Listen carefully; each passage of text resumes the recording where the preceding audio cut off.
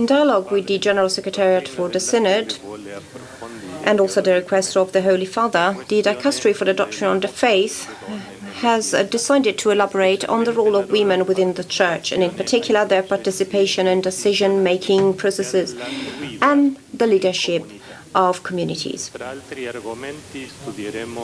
We will also study the specificity of sacramental power, the relationship between sacramental power and the ecclesial ministries needed for the care and growth of God's holy people with a view to mission, the origin of ministries, the charismatic dimension of life of the Church, ecclesial functions and ministries that do not require sacred orders, all orders as commitment to service. We will follow on the lines of Pope Francis's own insights, particularly from Evangelii Gaudium 103-104, Corrida Amazonia 99-103, and Antiquum Ministerium number 3. The access of women to diaconate will also be considered.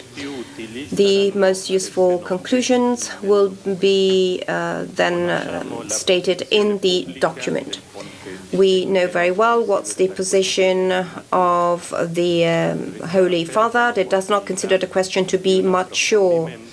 There's still open the possibility of an in-depth study, but there are other questions that need further elaboration before talking about female diaconate option.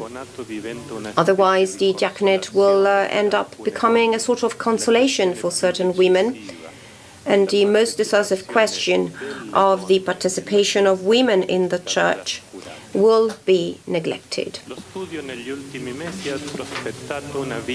In the last few months, the study has set out a particularly interesting way forward to analyze in depth the lives of some women who, in both the early and recent history of the Church, have exercised genuine authority and power in support of the Church's mission.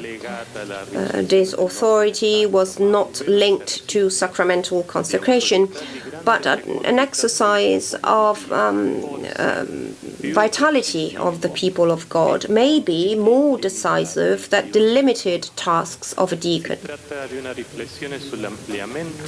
It is a reflection on the expansion of the ministerial dimension of the Church in the light of a charismatic dimension, suggesting that the recognition of charisms or the establishment of roles are not necessarily linked to sacramental power.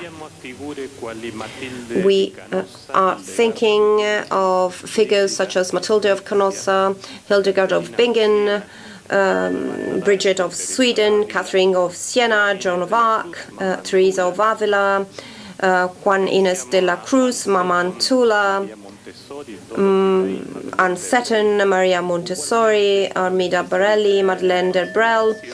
It will be equally important to listen to women that live in far-off places. We would like to express our gratitude up front if in Africa or in Indonesia people will send us reports about the role of women, not to decorate reflections with these examples, but this is just to make sure that the pastoral practice paves the way for an in-depth study. In the light of these beautiful testimonies, the question of women's access to the diaconate takes on a different perspective.